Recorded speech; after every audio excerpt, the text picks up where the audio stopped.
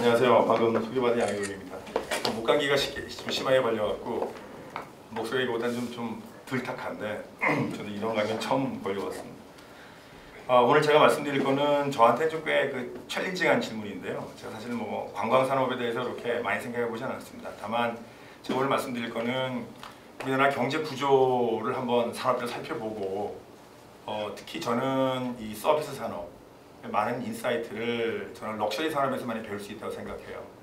왜냐하면 럭셔리 산업의 진화를 보게 되면 이 서비스 방향 산업의 어떤 방향, 구체적인 디테일까지도 우리가 많은 인사이트를 받을 수가 있습니다. 근데 서비스를 제조업에 대비한 거로, 제조업이 융합하는 거로만 보게 되면 좀 뭐라 그럴까요? 디테일이 많이 떨어지는 것 같아요. 그러니까 이 서비스를 어떻게 볼 거냐 하는 그런 관점을 한번 제시를 해보고 싶고요. 그래서 경영 학회가 그러면 어떻게 진행하는 게 좋겠는가 이런 식으로 결말을 주도록 하겠습니다. 우선 뭐 여러 가지 얘기하겠습니다만은 우리 GDP 대비 한 산업 비중을 보시죠. 보게 되면은 여기 뭐 1차, 2차 산업, 3차 산업 다 아시죠?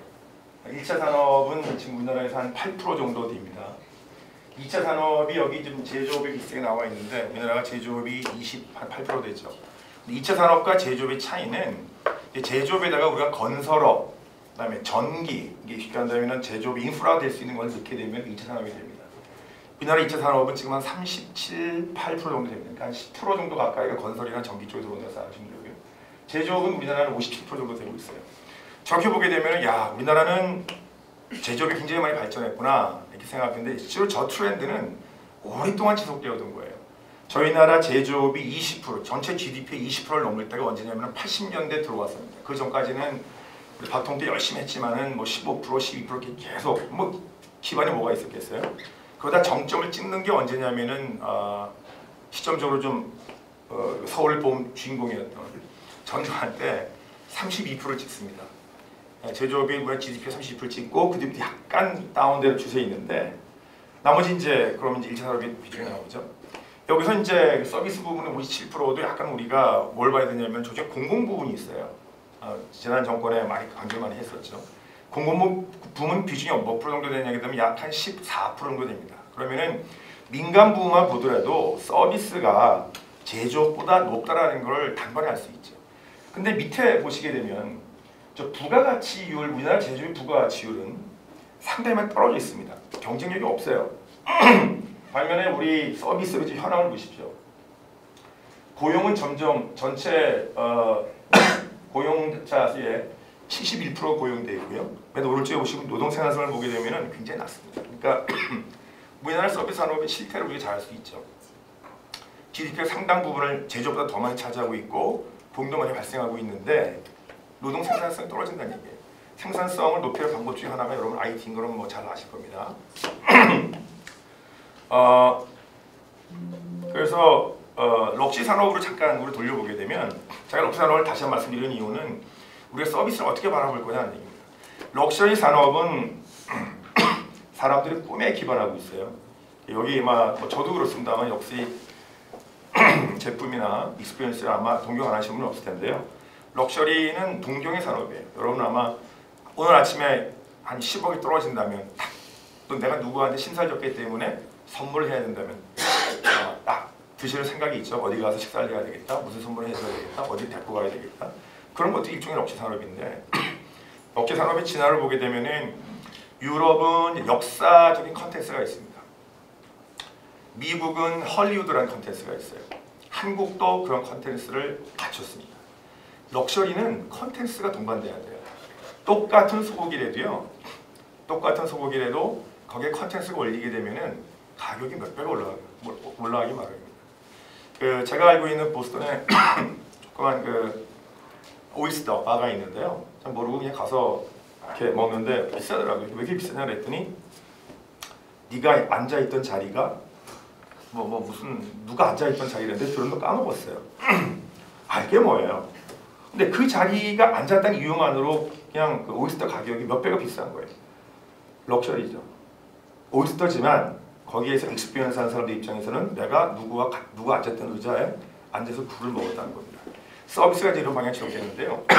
여러 가지 통계가 있지만 딜로이트나 베인앤 컴퍼니가 여기 관련된 자료를 많이 이제 생산합니다. 이 오른쪽에 보시게 되면은 온라인 비중을 제가 좀 말씀드리려고 하는 거예요. 온라인 비중이 여러분 저 럭셔리 전체 매출 중에서 온라인 비중이 몇 프로 차지할 것 같아요? 많이 컸습니다. 지금 한 20% 정도 차지해요. 앞으로 더 커질 겁니다. 근데 문제는 뭐냐면은 럭셔리 산업에서 서비스를 갖고 있는 가장 우리들을 만족시키기 위해 되는 꿈꾸는 대상이 되는 서비스를 제공해주는 럭셔리 산업에서 이 온라인을 어떻게 해야 될지 모르겠다는 거예요. 그리고 또 하나 다음 장표에서는 우리가 럭셔리 하게 되면 대부분 제품을 생각합니다. 뭐 핸드백, 제가 그 이대 경영대에서 아르텔 럭셔리 MBA라는 걸 만들었는데 그때 총장님 굉장히 반대를 했어요. 핸드백 팔 일이 있냐고. 그래서 제가 그 생각을 뜯어고치려고 이거 만듭니다 그랬어요. 이게 보시면은 우리가 흔히 말하는 익스피리언스 럭셔리 뭡니까? 먹고 자고 그죠? 뭐 스파 받고 이 시장이 소위 말해서 퍼스널 럭셔리 제품 중심으로 하는 그 시장 규모가 더 커요. 그리고 이거는 앞으로 더 커질 겁니다. 그 시장의 대부분들이 관광과 연결되어 있어요. 지금 명품 소비도 국가마다 소비 형태가 다릅니다만은 우리나라 사람 같은 경우는 10중 8구 대부분 외국 나가서 가는 경우가 많습니다. 아니면 외국 나가는 길에 가는 경우가 많아요. 그러니까 이 럭셔리에 관련되는 산업이 우리가 이해할 필요가 있다는 거예요. 올해는 어떨까요? 올해 한국에서 굉장히 어렵다 그러지만은 그건 한국 얘기예요. 전 세계 보게 되면 약 10% 성장하고요. 베난 컴퍼니의 집계에 따르게 되면 전체의 럭셔리 시장 규모가 2,148조 원 정도 됩니다. 제가 규모를 말씀드리는 이유는 우리나라 수출의 가장 큰 규모를 차지하고 있는 게 반도체죠. 반도체 글로벌 시장이 785조 원이에요. 785조 원 중에서 우리 요즘 75%가 이제 시스템 반도체고요. 우리 램 생각하고 있는 삼성 반도체하고 하이닉스 차지하고 있는 메모리만 25% 정도 되는데 이걸 점차게 되면 78조 중에서 3.3% 가지고 있습니다. 우리나라가. 그거 높이겠다고 이 야단인데 그것 때문에 뭐 대통령까지 어디 내려달라고 그러는데 그거보다 3배 정도 되는 럭셔리 시장 아무도 얘기를 안 해요. 제가 이것 때문에 지금 돌아다니면서 얘기를 하고 있는 겁니다. 마켓시ェ어 빵이에요. 기껏 환경에서 우리나라 럭셔리 브랜드 한다고 조사해갖고 전 세계 억지로 전 세계 뭐 19인가 아무도 그 얘기에 동의하지 않습니다. 그 브랜드가 뭔지 아세요? 아모레 퍼시픽이에요. 여러분 동의하세요? 아모레가 럭셔리 제품이라고 하는 그 환경의 주장에 동의하십니까? 근데 이제 이렇게 된 이유는 여행이 되게 살아난다는 얘기죠. 사회적 교류가 살아난다는 얘기죠. 그리고 이미 이번 겨울에 보시게 되면은 유럽에 가는 비행기표는 팬데믹 이하로 지금 떨어져 있습니다. 그 전 가격은 좀 돌아와 있어요. 아마 내년에 비행기값이 분명히 많이 조정이 될 텐데요. 굉장히 그동안 죽어있던 여행 붐이 많이 일어날 거라고 생각하고 있습니다. 그 다음에 보시게 되면 네 번째 분류세 온라인과 모노브랜드. 모노브랜드는 뭐냐면 옛날에 명품주로 백화점에 갔었는데 이제는 별도 가게가 스토어가 있다는 얘기죠. 흔히 말해서 명품 거리라는 데를 가서 산다는 얘기입니다. 근데 이것도 생각해 보면 각 국가마다 명품 거리는 사실은 관광 자원이에요. 여러분 샹하이 한번 가보십시오. 파리 한번 가보십시오. 대부분 이 명품 거리를 가게 돼 있고 굉장히 화려합니다. 한국의 명품 거리가 제 생각에는 청담동에 있는 것 같은데 글쎄요. 제가 몇 번 왔다 갔다 걸어가 보는데요. 일단 걷기가 불편해요. 이 거리가 경사가 져갖고 그리고 사람들이 별로 없어요. 그 건물 하나하나 보게 되면 무슨 뭐 디올 같은 경우에는 뭐 여자의 파티복 치마를 뭐 본단에 했는데 영어를 어때 해야 알게 뭡니까? 아무리 신경 관심 안 가지는 지금 이런 수준이에요. 우리나라에서는 럭셔리의 리을만 끊어봐도 배척되고 정신없는 사람으로 간주되고 있습니다. 그래서 앞으로의 이 럭셔리 시장은 가치 중심이 될 거다. 더 이상 가격이 아니란 말이에요. 사람들도 이제 가성비 따진다는 얘기예요. 두 번째 보면은 융합될 거다. 대표적으로 그 LV매치로 들 수가 있는데 LV매치는 M&A로 커온 그 회사입니다. 그래서 그 브랜드 자체가 융합적인 거죠. 예를 들면 뭐 관광에 관련된 것도 애들은 그 M&A 대상이 돼요. 국적을 따지지 않아요. 그 안호 회장이 한국에 매년마다 옵니다. 한두 번씩 와서 한국의 작가들 좋아해서 그렇게 그림을 많이 사가지고 가요. 여러분 아세요? 한국 작가들이 어필한다는 얘기예요. 유럽 사람들한테. 근데 거기에 대해서 우리가 무슨 그 사람이 리미티드 에디션을 만들었다든가 그거 갖고 무슨 어떤 디자인 하다는 얘기를 못 들어요. 이런 것들 제가 보기엔 다 굉장히 많은 기회를 우리가 상실하고 있는 거예요. 국가별로 보게 되면은 결론적으로는 한국이 좀 어렵다. 그러나 동남아시아 같은 태국, 일본 같은 경우에는 역시 그 가서 사는 사람들, 중국 같은 경우에는 아마 하이난, 이것이 아마 그 면세부 지역에서 많이 발생할 것 같고요. 또 미국 같은 경우에도 요즘 해외에서 지출 많이 하고요. 유럽은 이미 사람들이 많이 가서 팬데믹 이전의 수준을 지금 회복했다고 합니다. 제품별로 보게 되면은 쭈얼리가 올해 굉장히 잘 됐었고요. 그다음에 나머지는 뭐 거의 뭐 특별히 눈에 띄는 건 없었습니다. 채널별로 보게 되면은 중요한 거는 결국 이거는 경험입니다. 고객들의 경험. 이게 좀 경험 그러니까 너무 지금 여러분 진부해 보일지 모르겠는데 미국만 하더라도 미국의 각 그 지방 정부나 또는 중앙 정부의 중요한 KPI 중에 하나가 CX, Customer Experience예요. 우리나라 정부가 Customer Experience를 따진다는 얘기는 들어본 적이 없어요. 그러니까 지금 싱가포르 같은 경우도 이제 AI로 뭘 해주냐게 되면은 우리가 잘 들면 내가 어떤 문제 봉착했을 때 정부의 어떤 서비스 누구하고 얘기해야 될지 몰라요. 그럼 내가 상의를 해야 되는데 싱가포르만 하더라도 그 웹사이트에 들어가서 나한테 굉장히 예민한 정보, 건강, 예를 들면 내 재산, 세금 이런 걸 올려서 이런 걸 누구랑 얘기해야 되냐게 되면 다 그쪽에서 자문을 해줍니다. 웹사이트에서. 그런 것들이 이 국민들이 실제로 필요한 거 아니겠어요? 그래서 물리적 경험을 굉장히 중시하게 되는데 그 중에 가장 중요한 것이 디지털 경험이라는 거예요. 근데 또 하나가 소비자 여정. 이 커스터머 저니라고 하는 것은 마케팅에서 오래된 개념이죠. 그러니까 고객이 처음에 관심을 가지면서부터 나중에 물품을 반품할 때까지 쭉 사이클이 있습니다. 그 사이클에 있어서 고객이 겪는 경험에서 디지털이 어떤 역할을 할 것이냐가 굉장히 중요한 지금 화두가 되고 있는 거예요. 뭐 당연히 뭐 관광도 여기 같이 끼어 들어가야 되는 거죠. 럭셔리 제품의 그 수요에 있어서. 반면에 이제 멀티 브랜드는 좀 어렵다. 세대별로 보게 되면은 여기 지금 MZ 세대로 묻혀서 말하는 나라는 우리나라밖에 없대요. 외국에서 이걸 좀 띄웠는데 밀레니얼 세대가 이제 50 내지 55% 소비에, 그다음에 이제 G 세대가 25 내지 30% 정도를 차지합니다. 그러니까 이게 무슨 의미가 있냐면은 밀레니얼 세대만 하더라도 전통이라고 하는 거를 따져요. 역사 공부하는 걸 좋아하고 역사 얘기하는 걸 좋아합니다. 근데 제가 보기에 Z 세대는 상당히 엔터테인먼트에 대한 지향성이 더 커요. 그러니까 무슨 왕조에서 어떻게 하는 것보다는 하다못해 무슨 BTS 누가 있다라든가 뭐 이런 게 더 어필한다는 얘기죠. 한국의 지금 그 K컬처 이게 굉장히 붐이 일어나기 때문에 물론 여기 계신 분들이 우리가 아웃바운드 관광만 생각하시면 모르겠지만 인바운드 관광이 제가 보기엔 상당히 많은, 특히 한국의 이미지라는 것이 굉장히 그 디지털라이즈되어 있고 선진적이기 때문에 굉장히 많은 부가가치가 창출할 수 있다, 이제 그런 얘기가 생각이 드는 거죠. 이 얘기는 제가 말씀드렸고, 그래서 이 한국경영학회의 지금 현실은 수도권, 제조업, 그다음에 대기업 중심입니다. 그래서 두 가지를 우리가 생각할 수가 있는데요. 지금 제가 물론 제가 25년부터 임기가 시작이 됩니다만은 이 서비스에 관련된 부가가치, 아까 이게 나오는 것처럼 생산성 향상에 대해서 또 서비스 산업의 브랜드를 강화시키는 그런 노력이 상당히 필요하다, 그런 얘기입니다. 지금까지 한국경영학회는 뭐 경영학부에서 제일 큰 학회입니다만은 너무 제조업이 중심이 돼 있었고요. 또 하나는 이제 대기업 중심이라는 것이죠.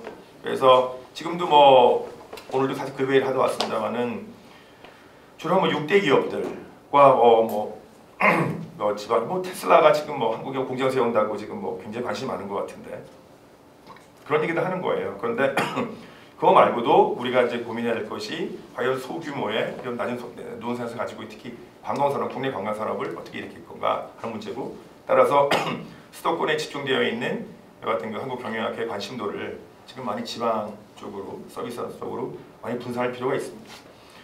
이상 제가 준비한 자료는 다 말씀드렸고요. 혹시 뭐 질문 있으시면 제가 답변을 드리도록 하겠습니다. 네. 아까 말씀하실 때 그 2대 아트 앤 럭셔리 MBA라고 거기는 어떤 분들이 오시나요? 그게 상당히 재밌는 게 제가 아직도 그 프로그램을 만들어서 지금 한 5년째, 6년째 이끌고 있는데 가끔 프랑스에서 가끔 이메일이 와요. 럭셔리 MBA 들어갈 수 있냐고. 제가 기가 차갖고 이걸 만든 게 프랑스 너희들 브랜드처럼 만들기 위해서 내가 만들었고 그쪽 대학교와 같이 얼라이언스 하려고 생각하고 있는데 근데 얘네들이 한국의 K 컬처나 K 엔터테인먼트에 너무 관심이 많다는 거예요. 그리고 제가 경험하더라도 한국 언어를 너무 많이 배우고 있어요. 제가 작년에 컨퍼런스 때에 파리에 갔는데 진짜 있었던 얘기입니다. 그 루브리 옆에 그 K 마트인가 무슨 그로스리가 있어요. 근데 그 현지 인턴인 것 같은데 프랑스 여자가 남자에게 주고받는 말이 이래요. 너 그 집 짬뽕 먹어봤어? 제가 물어봤어요. 남자 프랑스예요. 나 거기서 짬뽕 먹었어. 그래요. 근데 여자애가 뭐라는 줄 아세요? 그 집 졸라 맛있지. 그래요. 그 와이프랑 둘이 있다가 야 저거 완전히 네이티브 스피커다 저거 얘기해요.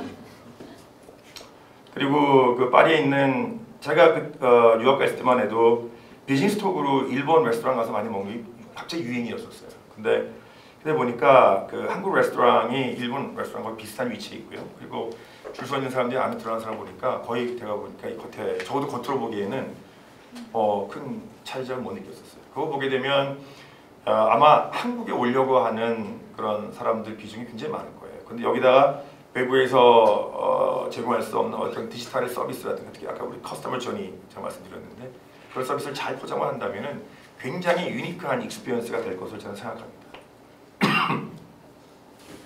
네. 그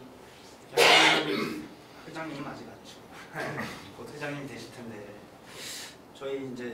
저도 경영학과에서 온 교수이기 때문에 이제 교수님하고 커넥션이 있어서 이렇게 모셨는데 회장 되셔서 이제 경영학회의 서비스 분야를 더 활성화시킬 것으로 저도 예상이 됩니다. 관광 쪽이 이제 서비스하고 맞물려서 굉장히 또 발전이 많이 될 것 같은데 그런 서비스하고 관광하고랑 커다란 뭔가 브랜드 플랜이 있으신가요? 관광학회나 호텔 관광이나 스마트 관광. 이게 제가 관광 쪽은 잘 몰라요. 모르는데 이제 구철모 교수님께서 오늘 저를 초청해 주셔서 매년마다 항상 마지막 그 발표를 항상 경희대에서 작년에도 그랬고 예전에도 그랬고 그래서 그 관광 쪽은 제가 분명히 서비스 플러스 관광 쪽은 제가 굉장히 강조를 하고 싶고 거기에 대한 많은 도움을 우리 동남아 학장님과 구철모 교수님께 제가 많은 도움을 받을 수밖에 없어요. 구체적인 방향은 뭐가 될지 모르겠습니다만은 그 제가 하고 싶은 것 중에 하나는 사실은 여러 가지가 있지만은 예를 들면 아카데미 매니지먼트 같은 거를 이제 한국에 유치를 하는 거죠. 또 아카데미 매니지먼트 가서 한국 섹션을 우리가 이제 여는데 우리가 외국 나가서 한국 섹션을 열다면 기대가 벌써 달라져요. 그 기대에 반드시 뭐가 들어가면 BTS가 반드시 들어갑니다. 그래서 이 K 엔터테인먼트 여러분 우리 이제 부산 엑스포도 엄청 떨어졌지만은 그죠? 앞에 첫 페이지만 빼기는 좀 무슨 동영상인지 모르겠더라고요. 어쨌든 외국 기대가 그러기 때문에 그런 것들이 다 제가 보기에는 관광 자원인 것 같아요. 그래서 저희 나라 GDP의 관광 산업이 차지하는 비중이 제가 알기로는 3% 정도밖에 안 되는 거로 알고 있고요. 일본 정도만 해도 한 7% 정도 됩니다. OECD 국가 중에 제가 알고 있기로 관광 산업이 저희 나라가 차지하는 비중이 꼴찌로 알고 있어요. 그러니까 적어도 이걸 배 정도로 올릴 만한 전략이 필요하고 아까 말한 것처럼 서비스 부가가치 제고 측면에서 제가 보기 가장 빠르고 또 직접적이고 어쩌면 국가 기업을 홍보할 수 있는 방법이 관광이 아닐까 싶어요. 그래서 그거는 와서 그냥 먹고 간다는 뿐만 아니라 일종의 국력의 표상이자 홍보 기회자 굉장히 아주 부가가치가 높은 분야라고 생각합니다. 여기에 대해서 한국 경영학회가 지금까지 전혀 활동이 없었다는 건 제가 시인을 하고 거기다 새로운 돌파구가 오늘 이 두 분 교수님과 함께 아직 논의를 하지 못했습니다만은 논의를 안 하면 구춘모 교수가 저한테 또 굉장히 해코지를 많이 할 것 같아요. 이 자리에서 제가 약속을 드리고 반드시 제가 2025년에는 하여튼 뭔가 의미 있는 그런 행사를 기획하고 있습니다. 굉장히 의미 있는 행사를 기대하는데요. 제가 한 가지 예만 저도 들은 거예요. 제 제자가 이제 그 디지털 익스피리언스를 하는데 자기가 이제 아날로그 방식을 디지털로 바꿔갖고 OTA에 띄워서 판매하는데 이번에 대통령상도 받았어요. 근데 그 중에 하나가 돈이 많이 벌리는 게 하나가 헤어래요, 헤어. 한국에 와서 한국 여자들처럼 머리를 하고 싶은데 여태까지는 미용사들이 하길 꺼려였다고 하더라고요. 말이 안 통하고 머리를 잘못 자르면 굉장히 이제 불평불만이 나가고 손해배상도 해야 되고 이런데요. 근데 요즘은 이 챗GPT, 구글, 파파고를 갖고 와서 의사소통에 전혀 문제가 없고 그 헤어를 딱 원하는 스타일을 딱 자기가 만들어갖고 딱 보여주면 그렇게만 해주면 되는데 거기서 이제 돈이 많이 벌린다고 하더라고요. 네. 중견 그 서비스 분야가 굉장히 이제 핸즈온 익스피리언스가 많지 않습니까? 그래서 디지털라이제이션 되게 어려웠는데 그쪽에서 돈이 많이 벌리고 있다라고 하는데 그런 부분들 중소업체들 그것뿐만 아니라 예를 들면은 제가 아는 교수님이 지금은 이제 연세가 많이 드셨는데 그 아기를 매년마다 한국에 저 캐나다에서 교수하시는 분이셨는데 오 교수님 매년마다 한국에 애를 데리고 왔었어요. 그래서 왜 이렇게 매년마다 들어오세요 했더니 그 뭐죠? 저 대학 입학 시험 영어 SAT에서 전 세계에서 제일 잘 가르치는 학원이 한국에 서울에 있다는 거예요. 진짜로. 그래서 그분이 매년마다 와서 교육시키고 좋은 데 갔어요. 그죠? 그러니까 그런 것도 제가 보기에는 뭐 우리 뭐 서머 캠프에 가고 애들 영어 배우러 보내잖아요. 그런 것도 제가 보기에는 좋은 관광 자원이에요. 관광이라는 게 뭐 어떻게 정의가 내려진지 모르겠습니다만 어쨌든 우리가 외국에 비해서 가지고 있는 뭐 경쟁 우위가 있다면 그거 다 여기 왜냐면 우리나라는 사실은 이 지정학 경제학자들 한 얘기가 있어요. 지정학적으로 보게 되면 우리나라 GDP가 60%가 여러분 수출인 거 아시죠? 지정학적으로 보게 되면 이렇게 돈 떨어진 나라에 수출을 이렇게 많이 한다는 게 믿기지가 않는 거예요. 여기 빙기가 오거나 배가 오더라도 여러분 유럽 가더라도 포트가 하나 가려면은 가는데 하루 오는데 하루잖아요. 여기는 대륙이 저 끝에 들어있는 나라예요. 근데 여기서 수출을 갖다가 이렇게 많이 해갖고 전 세계 10대 수출국 안에 든다고 하는 건 아직 기적입니다. 그 정도로 사람들을 불러일으킬 만한 컨텐츠가 또 있다는 것도 기적이에요. 제가 보기에. 그런 것들이 다 우리 관광 자원이라고 퍼스펙티브를 넓게 가지고서 제가 보기에는 관광 산업이라고 하는 거는 어떻게 보면 종합 예술이고 종합 경영이고 뭐 그렇습니다. 그냥 뭐 이렇게 선글라스 끼고 모자 쓰고 이런 것만 우리가 생각은 아닌 것 같아요. 그러다 보면은 우리나라 그 공개 서비스업의 부가가치 향상시키는데 최첨단이 될 수 있지 않을까 상당히 중요한 영역이라고 생각합니다. 두 분 교수님께 좀 많이 제가 도움을 받도록 하겠습니다. 감사합니다.